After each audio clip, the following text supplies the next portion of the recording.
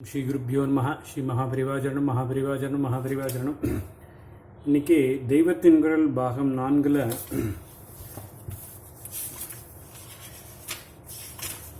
கண்ணன் பூஜித்த கணநாதன் என்ற தலைப்பில் பெரியவா சொல்கிறத மேலே வாசிக்கிறேன். இது பக்கம் 44 ஆரம்பிக்கிறது. அடுத்த தலைப்பு கண்ணனின் வைராக்கியம். வெளியிலே எத்தனை கூத்தடித்தாலும் ஜார சோர சிகாமணி என்னும்படியாக வெண்ணெயை திருடுவது, கோபஸ்திரீகளோடு ராசலீலை பண்ணுவது, 16,000 பத்னிகளோடு குடும்பம் நடத்துவது என்றெல்லாம் பண்ணினாலும் உள்ளூர ஒன்றிலும் முட்டாமல் ஆசாபாசமே இல்லாமல் இருந்த பரமஞானி பரபிரம்ம வஸ்து கிருஷ்ண பரமாத்மா கம்சனை வதம் பண்ணினவுடன் அவர் தமக்கே ராஜ்ய பட்டாபிஷேகம் செய்து கொண்டிருக்க எல்லா நியாயமும் உண்டு. அவரிடம் அப்படியே மோகித்து போயிருந்த மதுரா ஜனங்களும் அவர் தங்களுக்கு ராஜாவாகிறார் என்றால் ரொம்ப ஆனந்தப்பட்டுத்தான் இருப்பார்கள். ஆனாலும் ராஜ்யாதிகாரத்தில் ஆசை இல்லாத அவர் கம்சனின் தகப்பனாரான உக்ரசேனனை தான் ராஜாவாக்கினார். உக்ரசேனன் இவருக்கும் தாய் வழி பாட்டனார், சொந்த பாட்டனார் இல்லை. அம்மா தேவகிக்கு சிற்றப்பா.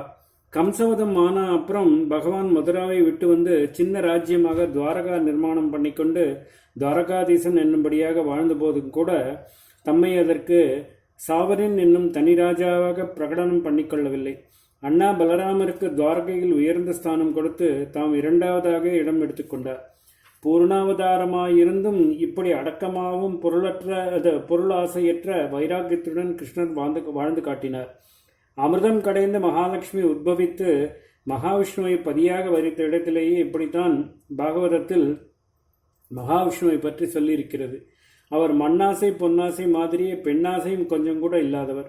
பாக்கி எல்லா தேவர்களும் லக்ஷ்மி தனக்கு மாலை போட மாட்டாளா என்று தவித்துக் கொண்டிருந்த போது மகாவிஷ்ணு மட்டும் பரம வைராக்கியமாக அவர் பாட்டுக்கு ஒதுங்கி உட்கார்ந்து கொண்டிருந்தாராம்.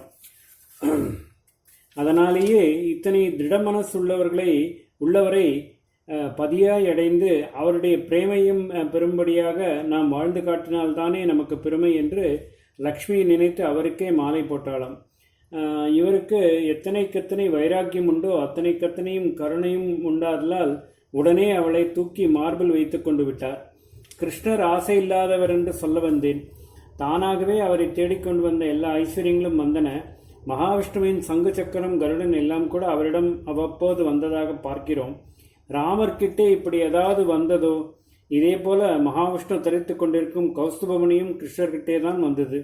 கஸ்தூரி திலகம் லலாட பலக்கை வக்ஷஸ்திலே கௌஸ்துபம் என்று பாடுகிறோம். அப்பேற்பட்ட திவ்ய கௌஸ்துபத்தை போட்டு கொண்டிருப்பவருக்கு செமந்தகத்திடம் எதற்கு ஆசை வரப்போகிறது? செமந்தகத்தை சத்ராஜித் தந்தால் தரட்டுமே என்று துணிக்கும்படியாக அவர் கொஞ்சம் பேசியிருந்தால் கூட உக்ரசேன மகாராஜாவுக்கு அதை அவன் தரலாமே என்ற அபிப்பிராயத்தில் தான் சொன்னாரே தவிர தமக்காகவே சொல்லிக்கொள்ளவில்லை. அதுவும் கூட தேசம் முழுவதும் க்ஷேமத்தை உத்தேசித்தான் இப்படி ஹிண்ட் பண்ணினாரே தவிர பாட்டனாரிடமிருந்த பிரியத்துக்காக அல்ல. சத்ராஜித்து ஒரு தனி பிரஜை ஆனபடியால் செமந்தகம் அவனிடமிருந்தால் அது அளிக்கக்கூடிய மங்களங்கள், ஆரோக்கியம், 8 பாரம், தங்கம் முதலானதுகள் அவன் குடும்பத்துக்கு மட்டும்தான் போகும். அதுவே ராஜாவிடம் இருந்தால் இந்த நன்மைகள் தேசம் பூராவுக்கும் சேருமே என்பதால் தான் சொன்னார். அர்த்தசாஸ்திரப்படி ஒரு தனி ஆசாமியிடம் ராஜாவுக்கு இல்லாத ஒரு பெரிய சொத்து இருந்தால் அவன் ராஜாவுக்கு மேற்பட்டவன் என்கிற எண்ணத்தை ஜனங்களுக்கு கொடுத்து அவர்களை அராஜகத்தில் தூண்டக்கூடும் என்பதால் இதை அனுமதிக்கவில்லை. விலை மதிப்பிட முடியாத ரத்னங்கள் ராஜாவை சேர்ந்தவைதான் என்பது அர்த்தசாஸ்திரத்தின் முடிவு. ராஜா ரத்னஹாரி என்ற வசனம். இந்த அபிப்பிராயத்தில் பகவான் ஏதேதோ சூசனையாக சொல்ல போகத்தான் சத்ராஜித்து ராஜாவுமாச்சு மந்திரியுமாச்சு, இவன் பார்த்து வைத்த ராஜாதானே, தாத்தா வேற, அவன் பெயரை சொல்லி இவனை தட்டி கொண்டு போக பார்க்கலாம் என்று நினைத்து விட்டான். பொருளாசை எப்படியெல்லாம் புத்தியை வேதகமாக நினைக்க வைக்கும் என்பதுதான் இந்த உபாக்கியானத்தின் மாறல், அதாவது நீதி. கிருஷ்ணரை தப்பாக நினைத்ததோடு மட்டுமல்லாமல் அவரிடம் சத்ராஜித் பயப்படவும் செய்தான்.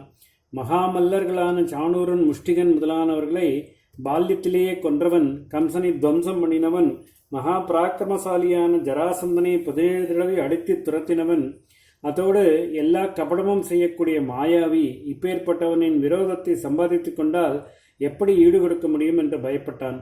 செமந்தகத்தை விடவும் மனசில்லாமல் வைத்துக்கொள்ளவும் தைரியமில்லாமல் அவஸ்தைப்பட்டான். பொருள் என்ன பாடுபடுத்தும் என்று நமக்கெல்லாம் காட்டும் கதை. அப்போதைக்கு மணியை தம்பி பிரசேனனிடம் கொடுத்து வைத்து கொஞ்சம் நிம்மதிப்படுத்தி கொண்டான். அவன் இவனை விட புத்திசாலி, பலிஷ்டனும் கூட. அதனால் உபத்திரவத்தை அவனிடம்தான் கொஞ்சம் தள்ளிவிடுவோமோ என்று தள்ளிவிட்டான். தம்பி பிரசேனன் சந்தோஷமாக அந்த செமந்தகத்தை போட்டுக்கொண்டு வேட்டைக்கு புறப்பட்டான். கிருஷ்ணனோடையேதான் அவன் வேட்டைக்கு போனான் என்று ஸ்காந்த கதை. இங்கே சொல்வது பாகவதத்தையும் விஷ்ணு புராணத்தையும் அனுசரித்தது. செமந்தகத்தை போட்டுக்கொண்டிருப்பவன் உள்ளும் புறமும் சுத்தமாக இருக்க வேண்டும் என்ற நிபந்தனை அல்லவா? ஆனால் இவன் காட்டுக்கு போன இடத்தில் ஒரு அசுஷி ஏற்பட்டது. அப்புறம் பக்கத்தில் எங்கேயும் ஜலாசயம் இல்லாததால் இவன் கை கால் அலம்பிக் கொள்ள முடியவில்லை. இப்படி சரீர பரிசுத்தி கெட்டுப்போயிருந்த சமயம் பார்த்து ஒரு சிங்கம் வந்து அவனை அடித்து போட்டு தின்றுவிட்டது. குட்டி சூரியனைப் போல இருந்த செமந்தகம் சிங்கத்தையும் வசீகரப்படுத்தியது. இருட்டு மூடின காட்டை பட்ட பகலாக்குகிற அந்த ரத்னத்தை கவிக்கொண்டு சிங்கம் போய்க் கொண்டிருந்தது. ஓம் ஸ்ரீ குருப்யோ நமः. ஸ்ரீ மகாபரிவாச்சரணம் மகாபரிவாச்சரணம் மகாபரிவாச்சரணம்.